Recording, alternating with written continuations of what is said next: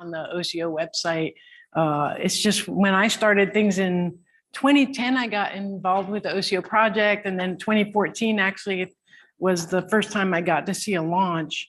Well, I didn't actually see the launch. This was deep in the night, and I don't think here what we're gonna do.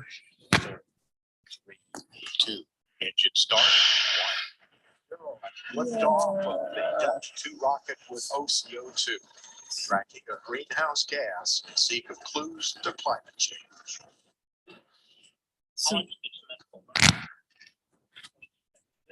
that was the launch event, and Deborah and Dylan were there, and I think you weren't there. Okay, Dylan was there. And I think what most people saw was a small monitor in a large field in the middle of the night. I happened to be able to go to the Mission Control Center because we were doing some interviews and things. So I wasn't actually in the room where they're pressing all the buttons, but I was in the hallways of that building. And I ran outside and could hear in the distance the sound of a rocket going up. Apparently those who stayed in Pasadena got the best show because it came out of the clouds and up into the sky, and you could see it from Pasadena. But 2014 was that launch, and that was a really fun moment for me in getting involved in space missions and really seeing things happen from the get-go. All right, come on, slides. Sorry. Okay, so this is a snapshot from an article that was published in 2016, sort of showing what we were doing and what we were planning to do. And you can see there's a pretty big spacing of missions in the early years, and then you got this big glom and plan. Not all of that became reality. And in fact, the GeoCarb, as was mentioned the other day, got canceled, and Ascens has never really happened. So you know, always these figures turn out being more optimistic than reality. But this is a slide I stole from Dave Crisp, kind of showing a snapshot from this last year of what we think is going to happen with missions. And so there's a lot in space, and there's more coming along. A few of these have slid over to a later date. But you know, even if they slide over, you can see it's just an explosion in measurements. They've got a lot of details here about what the field of view and the gases and the focus of them. We'll get into a few details, but it's really an amazing time to go from 2009 when we tried to launch and GOSAT launched, 2014, we were arguing about whether it would really work as well as we wanted, to this era where there's just missions and upon missions and data sets coming along. So it's a pretty cool time to be doing this work. And one thing that I've noticed is that the discussion is evolving, right? The OCO mission was all about the global carbon cycle. Are the lands going to take up more carbon in the future, or the oceans? How do we make sure we understand the budget well? Now there's a little bit more focus on some of the policy side of things. And then if you pay any attention to your news, you know that methane and methane. And why do we talk about methane? Well, it's emissions from many different sources. It's a little hard to control potentially, but if we can really get a grasp on it, it might be a rapid way to try to reduce climate impact gases. And because methane's shorter lifetime, if you do that, you'll see the impacts pretty soon. So this is kind of a new focus that's out there. And again, I'll talk a little bit more about these things. So just the quick reminder of what's out there in space. So GOSAT was the first near-infrared focused CO2 mission. They also measure in the thermal and other gases. They got up in 2009. It's a Fourier transform spectrometer, and it measures kind of a circular spot on the ground. So they have to focus on a spot and collect the data and then focus on another spot. It's not a swath or a continuous measurement. And the figure on the top is from JAXA showing, I believe that's a monthly average of data. So they do get land, they do get water. Their water data is limited to where they can get the good glint signal. So it was an early experiment, but it had a lot of success. And then they've launched GOSAT 2, where they became more capable with their sampling. So you get a denser data set, about 10,000 measurements a day. And the CO2, when we were first working with it, was sort of 2 parts per million precision. And then the OCO2 mission got up in 2014. I already told you about this 2 times. So just briefly, about 100 times more data than GOSAT gets because of the sampling style that we have. It's a grading spectrometer. And we get a bit more precision out of this data set. So we're using the three bands, and we've done a lot of work where we process the GOSAT data and the OCO2 data with the same team and the same software, which helped us learn a lot. In the early days before we were managed to launch OCO2, the NASA actually provided funding for us to work really closely with GOSAT, and that helped us advance our knowledge a lot. So we were way more ready for our mission when it happened. So GOSAT, OCO2 we're like really the bread and butter for quite some time. We've got the OCO3 mission up there now. And again, we do make global measurements, but a lot of the focus is on these special observations. And one thing I didn't get into the other day is GOSAT and OCO2 are in these sun sync orbits. They go over you at about the same time every day. The space station is a completely different story. It's on an inclined orbit. Sometimes it's passing overhead at 10 in the morning. Sometimes it's 3 in the afternoon. So the sampling is a very different pattern, which has its benefits and its cost. But it's a real different kind of a thing. So that's our other mission that's up in space. And there's a lot of stuff in the queue. And Microcarb is a French mission. I'll talk about a little bit of detail. CO2M is a European collaboration. And then GOSAT GW is the third thing that's really important for the CO2 work. So let me just try one more time to get this working here.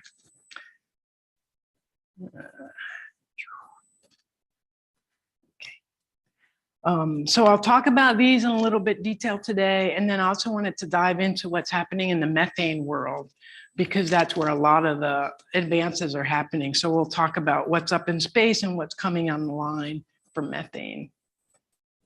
And one thing that's kind of cool with methane is you have everything from these kind of global samplers down to folks that are looking at very small emission rates. So some numbers to think about is kilogram per hour is a methane emission rate we'll discuss.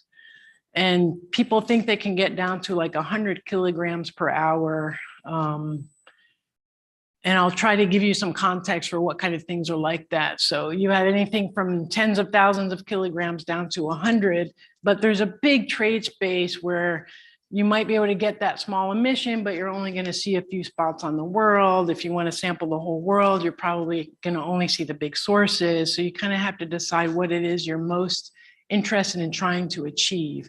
But as you can imagine, if you have all these different assets up, then you start to have information about a lot of pieces. You have global views and focus views, and you might be able to mesh those somehow. So that's a rapidly evolving area. So let's talk a minute about the GOSAT GW. A couple of numbers or things I want to point out. So it's interesting to me that the GOSAT team who's used the Fourier transform spectrometers for their first 2 missions have now decided to go with the grading spectrometer. So GOSAT GW is a grading instrument, and they're aiming to have a really nice wide swath, 911 kilometers when it's taking wide data. In the past, they've also had the near infrared and the thermal, which has been interesting because people try to find out if they can look at 2 layers of the atmosphere. In this GOSAT GW, they're actually reducing the spectral bands that they're using. So it's going to be quite different in terms of the data that they collect. They're using 1.6 micron, but as far as I understand, they don't have the 2 micron band on there. And it's called GW because it's also got a water vapor measurement. It's kind of 2 purposes with this whole satellite. And another number I like to look at is the size. Remember yesterday we talked about smaller satellites becoming popular and a lot of launches of those. Well, not in this program. So these are 4,000 watts, 1.75 tons for the GOSAT. So 1,700 kilograms. GOSAT 2 is a little bit bigger, and now GOSAT GW is going to be almost 3 tons, 5,000 watts. So they are not going for the microsatellite. They're going with the big old classics. But it's interesting because their program has just steadily moved along and they've been able to launch and improve their data as they go. So GOSAT GW, I think, will be an important player in the future. And they also have this idea, and it's really interesting. I got to go to the COP meeting last year, and the Japanese were there in force talking about data measurements that inform policy and how important the satellite data is. So they have a focus in their mission to validate national inventories and to look at large emission sources. So that's the stated goal. And the way they're going to do this, I mentioned they had this very wide swath. So this is Japan and an example of how wide the swath is. But they can use optics to shrink that down and narrow the swath and shrink the footprint. So at times they'll do city-focused measurements. So instead of a pointing system like we're doing, they're just changing the way they telescope in the data and go from these wide swaths to the city swaths. And again, they'll have a focus on some of the city measurements with this program. And I'm not sure I put the launch date in here, but I think it's Japanese fiscal years, and it just shifted a little bit. So I think 12 to 18 months till they get in space. So soonish. Microcarb has been on our conversation for some time. They started formulation 2016, not long after OCO2. And they've got features that are a lot like OCO2. They're a dispersive instrument, a rather narrow swath. They will have some city focus measurements as part of their program. And they called it microcarb because they thought of it as a microsatellite.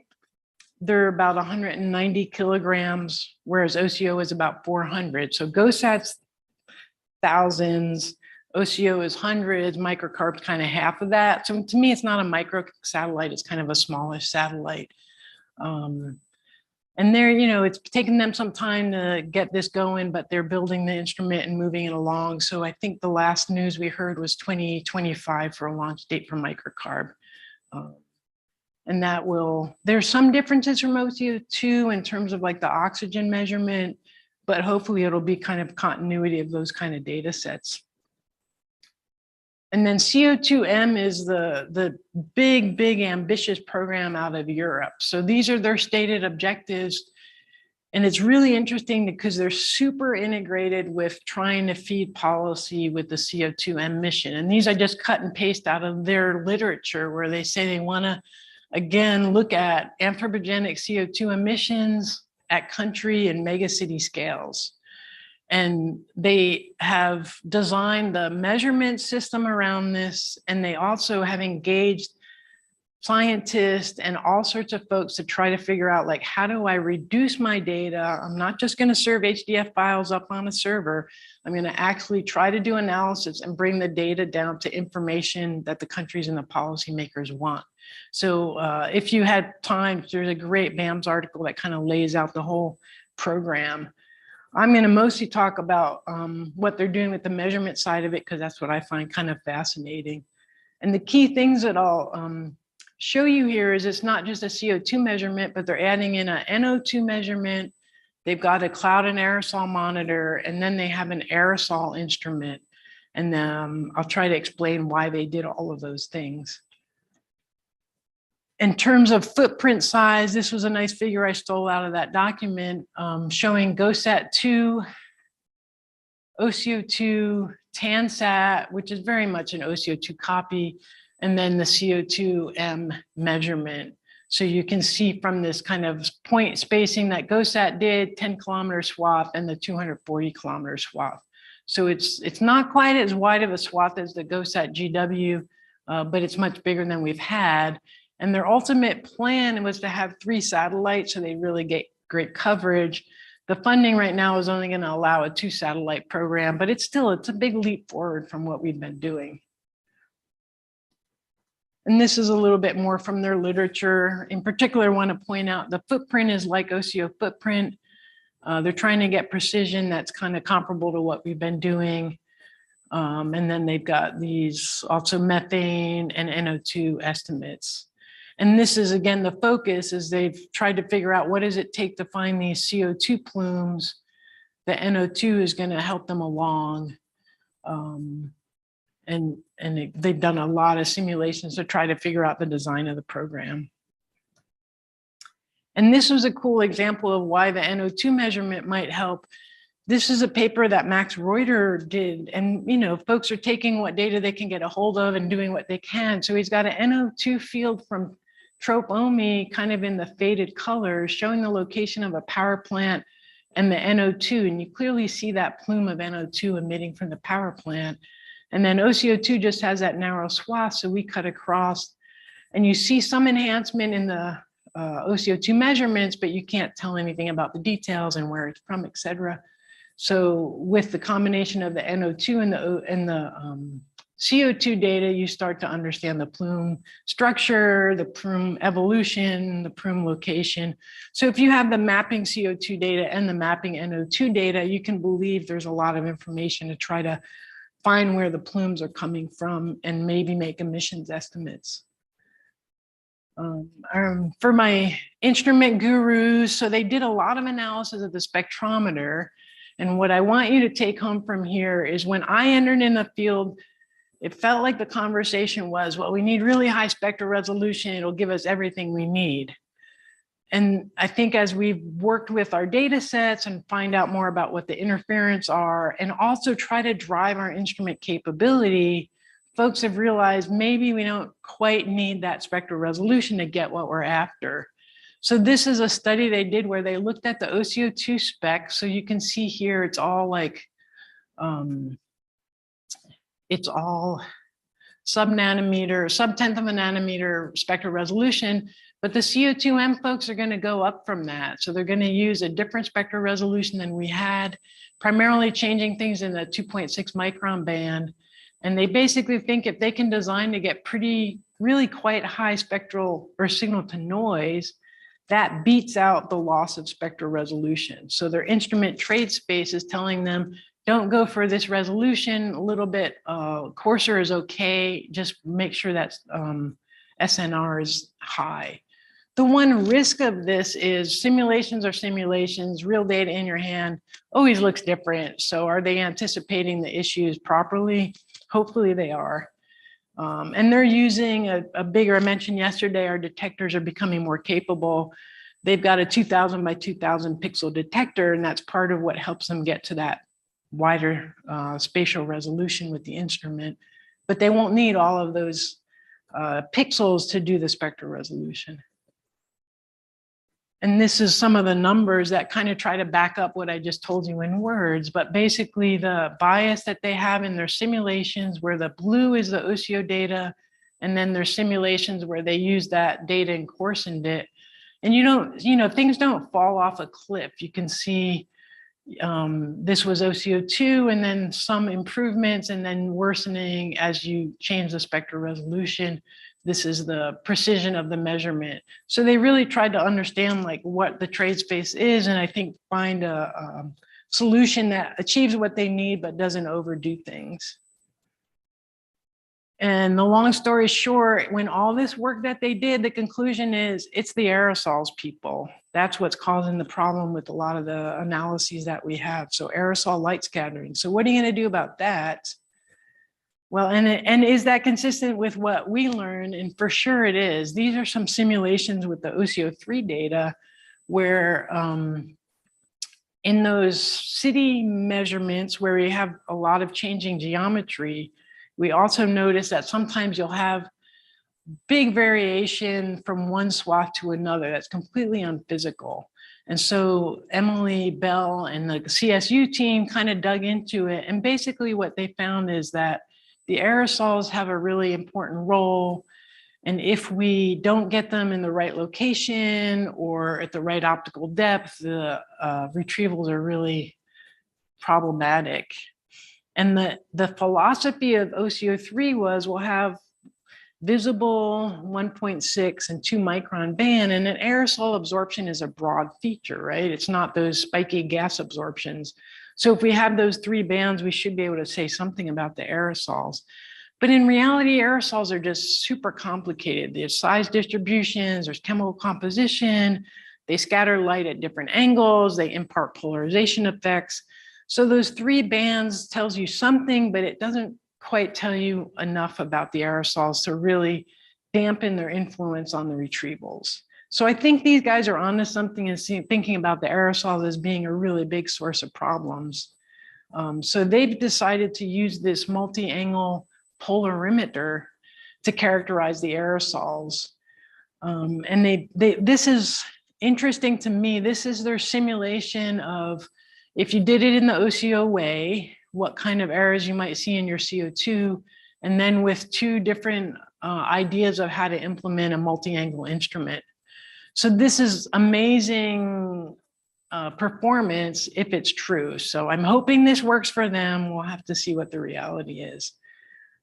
And it's kind of cool to think about how you actually do this. So there's been polarimeters around for a really long time.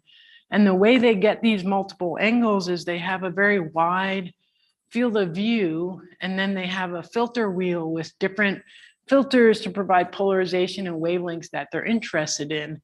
So they're make a measurement, and basically over 20 seconds or so, this filter wheel rotates and they get data with all the polarizations and all the angles. And you can kind of see that in a map view.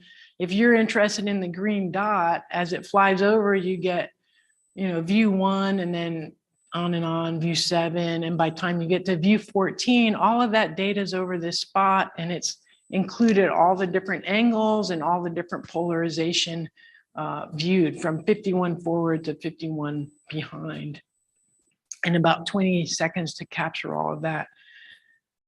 So it's kind of a neat idea. And this is with some of the details of how they cycle through the polarization.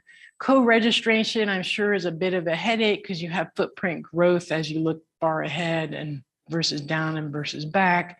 But there's a lot of actual experience in this. And another fun way to look at how things have changed. So the Polder instrument was one of the early multi-angle polarimeters that was built by the French. And in 1996, this instrument is about a 30 kilogram, eighth of a meter by a half a meter by a third of a meter, with 12-bit encoding. And now you see this is a demonstration instrument was built as they try to get the map figured out for CO2M. So you're at 10 centimeters by 20 by 30 centimeters. So much smaller instrument, and a lot of new capabilities that just come in these much smaller packages. And if you're interested in anything, Dubovik wrote a really nice review paper about the spectral polarimeters. And my background's in aerosols and aerosol scattering, so I'm just sort of fascinated at the instrumentation they're dreaming up and the capabilities they have. And CO2M is going to face other challenges, right? So I told you the other day that OCO2's got million spectral measurements per day. It takes us a couple minutes per spectra. We got to put it through the pipes. CO2M's got a 240 kilometer wide swath. Granted, they probably won't have ocean data because it doesn't have good glint conditions, so they maybe just reduce their volume by 70%. But this is a lot of data to get through the pipes. The care and feeding of an instrument with that many pixels is also probably going to be quite difficult for the calibration team. They're kind of setting it up in the UMETSAT and the operational satellite program that they have. So hopefully this will all work. And then I'm sure there's going to be a lot of people trying to do more things with the data than just the CO2M Copernicus program is, pulling out more details of emissions or regions of interest. So it's going to be a really interesting time, I think, once this gets into space and the data's coming out. Probably for research projects and a validated data set, my guess is it'll be a year and a half before that's kind of flowing. For those who want to be in the mess of the details, there's going to be a lot of excitement in 2025. So that's a CO2M program. Now let's talk about methane a little bit. I promised you cow farts, so we're going to get there. This is a little figure that I stole from Daniel Jacobs' paper. Showing the area flux mappers, some of these in space like Tropomia GOSAT, some of them on their way like GOSAT GW methane sat, geocarb's not happening, but this is kind of the fleet of area flux mappers and then the plume source imagers. So he categorizes things in these two worlds to kind of help orient us. And again, some of these are instruments like Prisma was put up for other purposes, emit for other purposes, but they can find methane plumes, and things like Carbon Mapper are being built specifically. So that's an amazing set of assets to have just trying to do some of these methane measurements.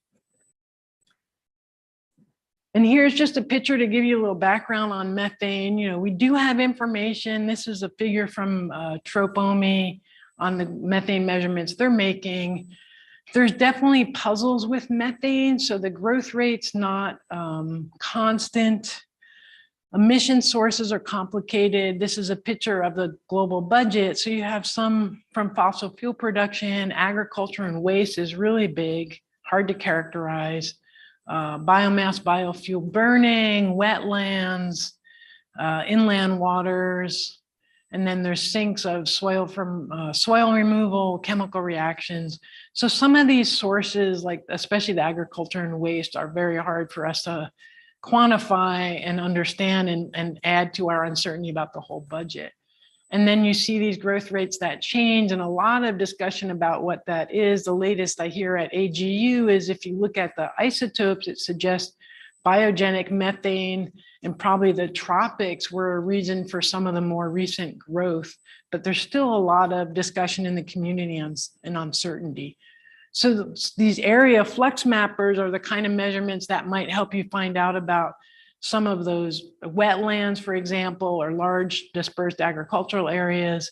The plume mappers are going to be more focused on the fossil fuel emissions or large agricultural facilities. So that's why we see development in these two areas, because the different emission sources probably require different kind of information.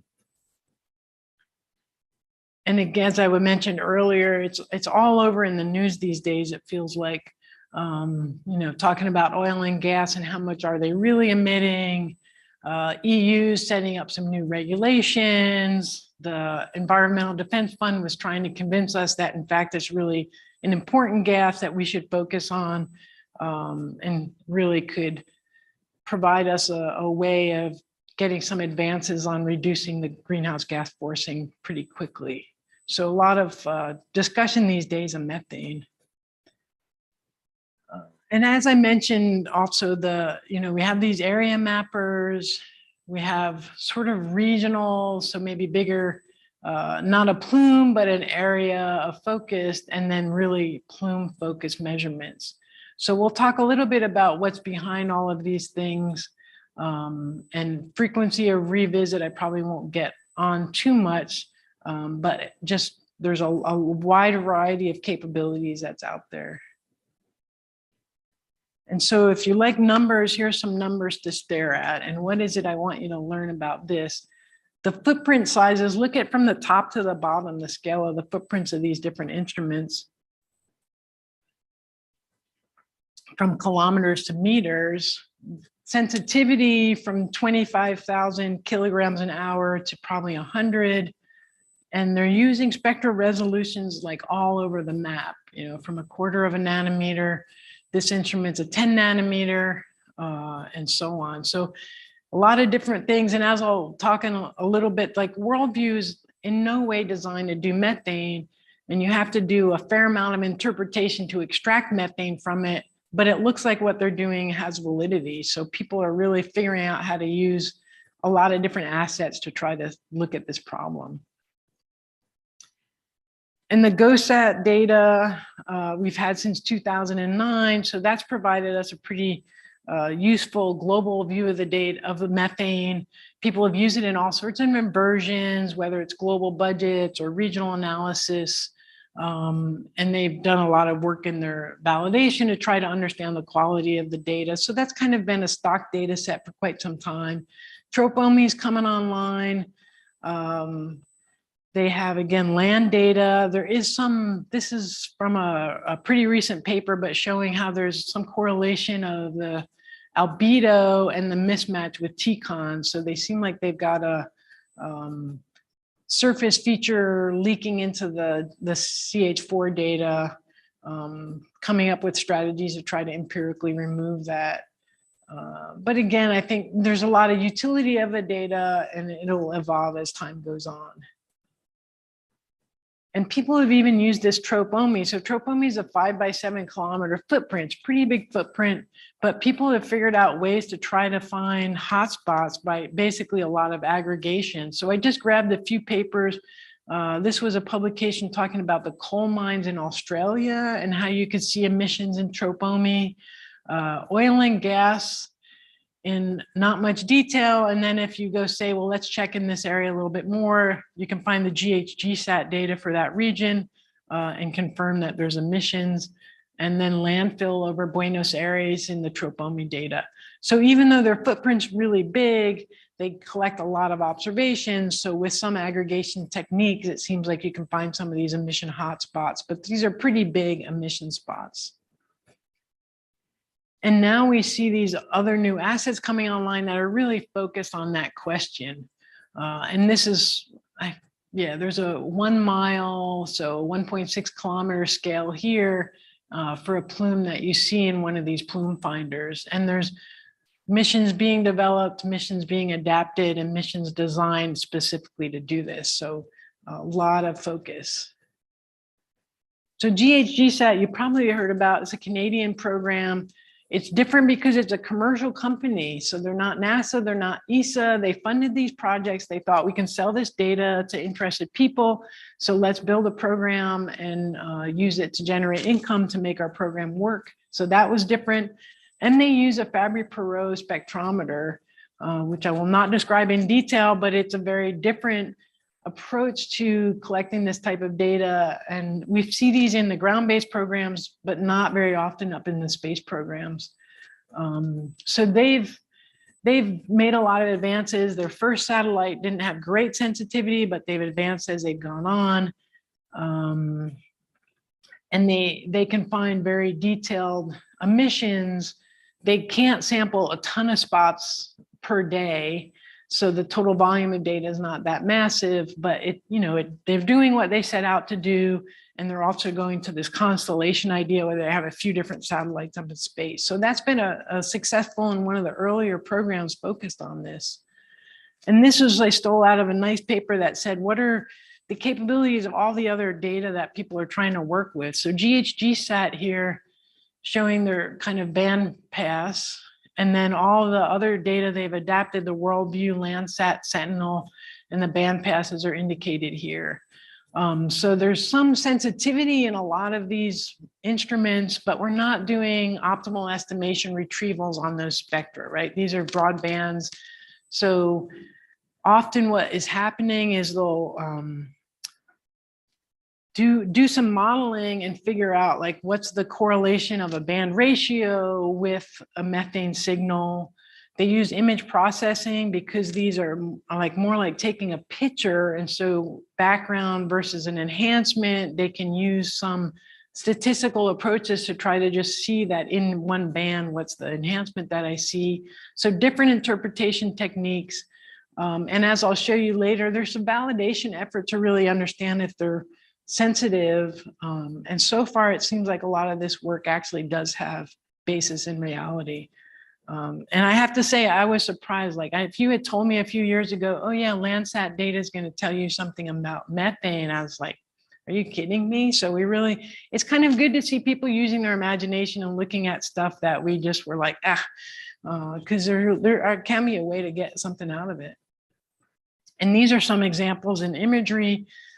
This is a Worldview 3, so it's got a super small 3.7 meter pixel. These are oil and gas examples in Turkmenistan, Algeria, and then a coal mine. One thing you will notice what the background is here is you're not looking at trees and forests, you're looking at bright, highly reflective surfaces. They do have quantification with each of these, a few hundred kilograms per hour kind of plumes that they see here. When you look at Prisma, which is another imager, it's up on the space station, they also are finding plumes, oil and gas fields, coal mines. These are a little bit bigger. These tend to be thousands of kilograms per hour for most of the plumes that they look at. But these are, demonstrations that we've seen from space-based assets to find plumes at small scales, hundreds to thousands of kilograms per hour. And this is the stuff that they found in Landsat. Often you just see an enhancement map rather than an estimate of the emissions.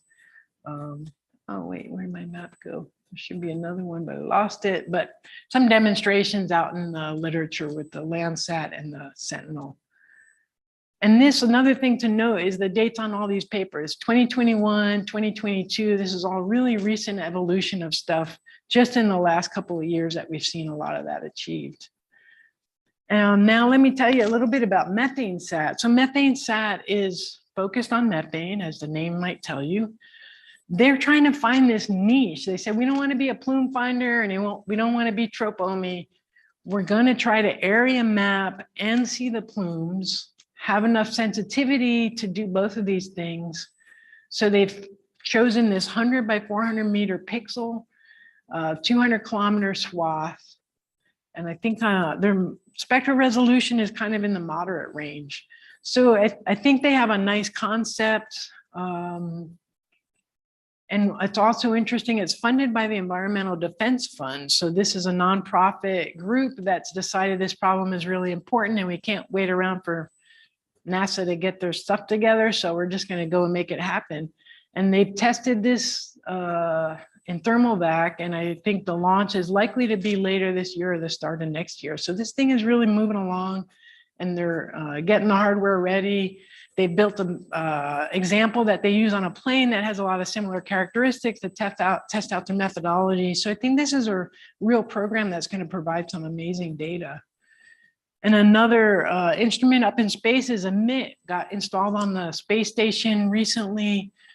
The mission was focused on dust, radiative forcing from dust, but it's got 30 meter or 60 meter by 60 meter footprints, a hyperspectral imager, and sure enough, you can find plumes in this thing.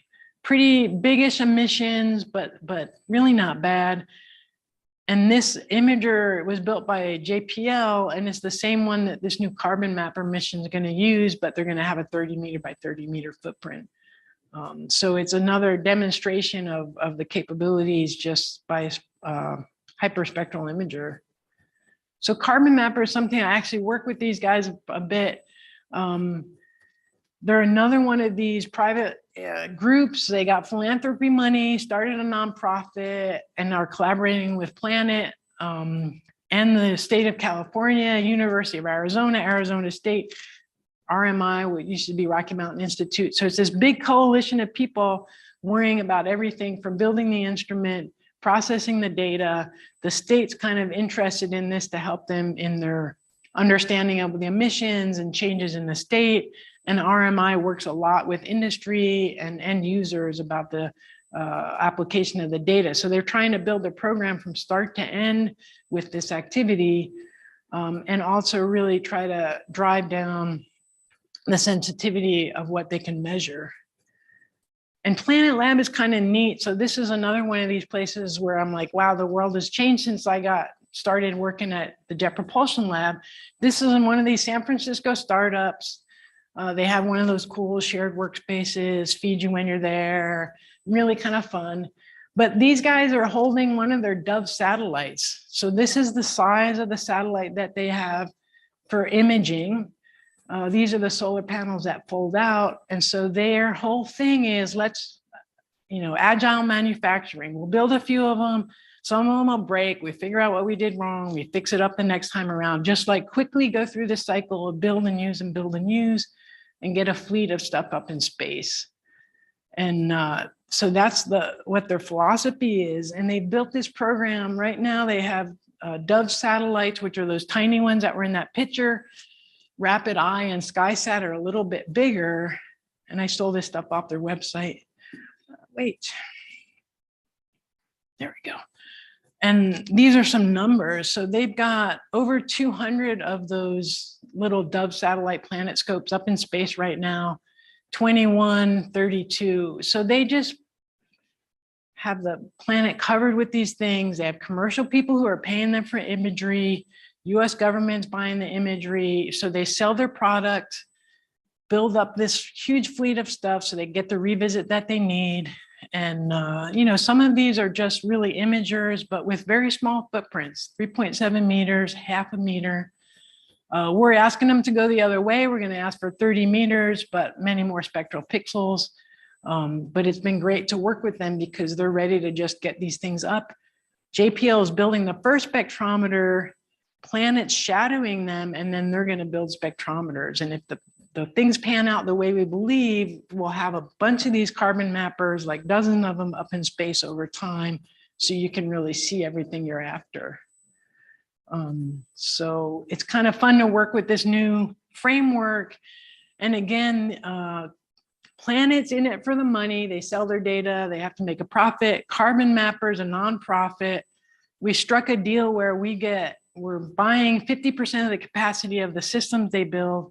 That data goes to Carbon Mapper, becomes available to the public and end users. So not everything is public, but what Carbon Mapper asks to get is going to become public. So it's kind of a weird mix of public-private, because that's a topic that comes up in conversation a lot. Like, people are used to NASA provides data, we build these missions, we give it to you for free, and then they get nervous. GOSAT built these missions, but you can't just get the data. So what are you going to do in the future? I showed you that map of all those beautiful assets. Well, what if you have to pay for all of it? Or I want to use different data together and I want to know that it ties to the international standard. Am I going to trust a company that's selling me the data? I have no transparency, no understanding of what's under the hood. So there's new questions coming up as we get to these new strategies for getting things in space. So just as a little bit of demonstration, this is what was done with an aircraft looking at a plume in Los Angeles. And this kind of feeds into this policy relevant information. This aircraft measured a big plume of methane over LA neighborhood on September 15, 2016, saw it again later that day, and then actually reached out to the utility agencies and said, hey, we're seeing a lot of methane.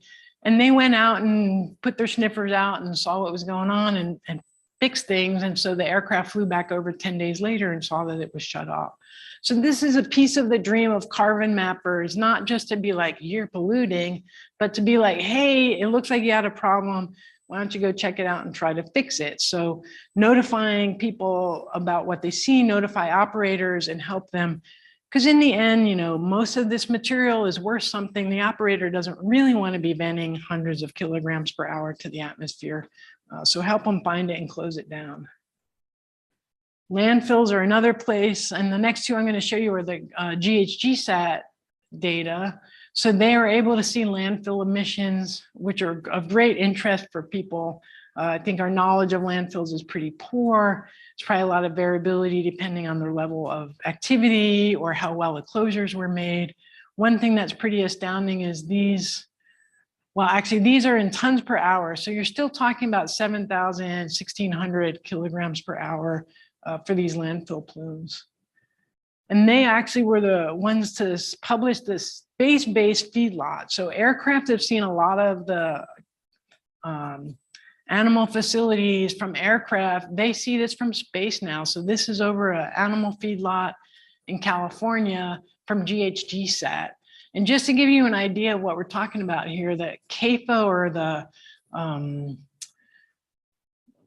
concentrated animal feeding operations. And when you say concentrated animal, I mean like 700 cows or 2,500 pigs or 125,000 chickens. These things are massive. It is not surprising that there's a lot of methane coming out of them, but some of it also ties to the practices of treating the manure and the waste streams that come out of these. Again, I don't think we really know that much. The people you talk to at conferences are like, well, EPA's kind of estimate tells me this, but flying over it tells me that. So we really don't understand these in detail. And it's something that the aircraft and the new plume mappers are going to be trying to look at. There's about 20,000 of these scale CAFOs just in the US, and you know, more than you realize of animal facilities. So when you get all this great data and then you say, oh, I measured your methane, I know what you're emitting, how do you know the numbers are really that useful, right? It's all seen from space. There's not a lot of in situ data. Well, right now, one of the strategies people are using are these single blind validation. So let me see if I can make this work. There we go. So what they're doing is they're going out in the field. They've got a tank, a hose, a meter, and they're just releasing methane at a known emission rate. So they have some sort of known plume, but it's got to be pretty well coordinated because the satellites need to be flying over and be able to see that spot. And so far this has worked okay. Sorry, little AV issues here. Yeah.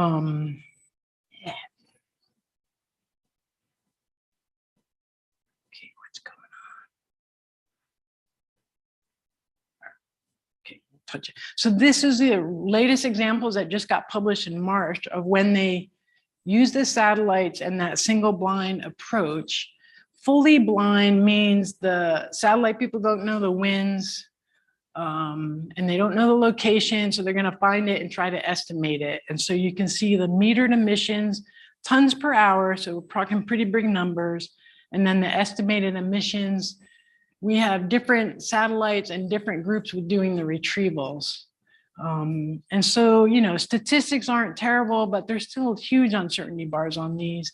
If you give them the wind data, you can reduce that uncertainty, which is nice, but how does that tie to reality? When's the last time somebody had an anemometer over a source that you flew over? So it tells you where the error is coming from, but it doesn't really help you plan for how you're going to deal with it in real life.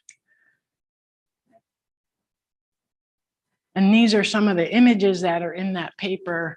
So again, the different assets and then the different retrieval groups, what the plumes look like. And one of the things that's interesting here, you've got the tons per hour. So, you know, one guy thinks it's 2.3 and somebody else thinks it's 5. Even see mismatches for all of these cases. As you get down to some of the smaller footprints, the extent of the plume looks really different than it does with the bigger footprints.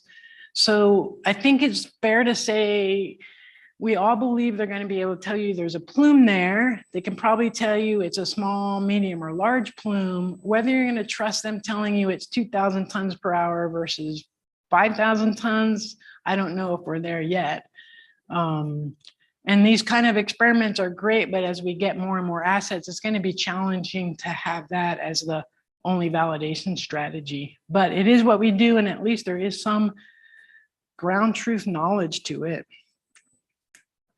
Some of the things I hear people talking about, because these plumes they're complicated, right? This is a little image of ways plumes might disperse. And if all you're doing is looking down from space, you don't learn anything about that structure, what the turbulence is doing. Some of the folks are working with these monitors that go in the smokestacks, right? We measure CO2 this way for a lot of different sources. Could you do that for more methane sources so you had coincident SEMS measurements and overflight? Is that a useful strategy? It was interesting. I went to a meeting with some guys at NIST, and they said for the CO2 monitoring that the EPA has, they're not actually that precise. And they were happy because they now have a new technique that gets them to a 2% measurement, because the flow can be really turbulent in the smokestack. And if you just have 1 point measurement, you don't understand that. So they set up a way to get a measure of the turbulence as well as the CO2 and make some estimate about what the full emissions are. So these technologies have been around for a long time, but are they suited for our purposes? We don't know. And then some of the folks also, again, as a NIST advertisement, and I'll talk more about this tomorrow, they've got these technologies called frequency combs, and they set out retroreflectors and do a bunch of measurements and are trying to figure out if that's going to help them quantify the plumes of methane emissions. And there's, you know, a lot of techniques that industries use for a long time, like FLIR cameras, LiDAR systems, ground-based other aircraft. We'll probably have to think a little bit creatively to figure out how to really tie those methane measurements to standards or to really solid knowledge about what we're gathering. All right, so I'm going to stop there. Hopefully having convinced you that it's a pretty exciting time to be working on CO2 and methane in the remote sensing world. Instrumentation is really expanding and people are thinking in new ways. Maybe I don't need all the spectral resolution. Maybe I'm going to really go for a small footprint. Maybe this technology is going to serve me well. Let's tie it together with private industry as well as the government. So it's really a very dynamic world out there, which is both good, but it's also a little Wild West. How do we make sense of the data? How do we use it together? How do we quantify the value of the data? And people, I think, have not at all really struggled through the problem of how we're going to use data sets together. I think some of this is just going to be used as find a plume and done, but people want to do regional analysis. People will want to have global analysis. People are want to compare GHGSat and MethaneSat and Carbon Mapper and find out how what they mean together. So there's going to be a lot of work for us to do.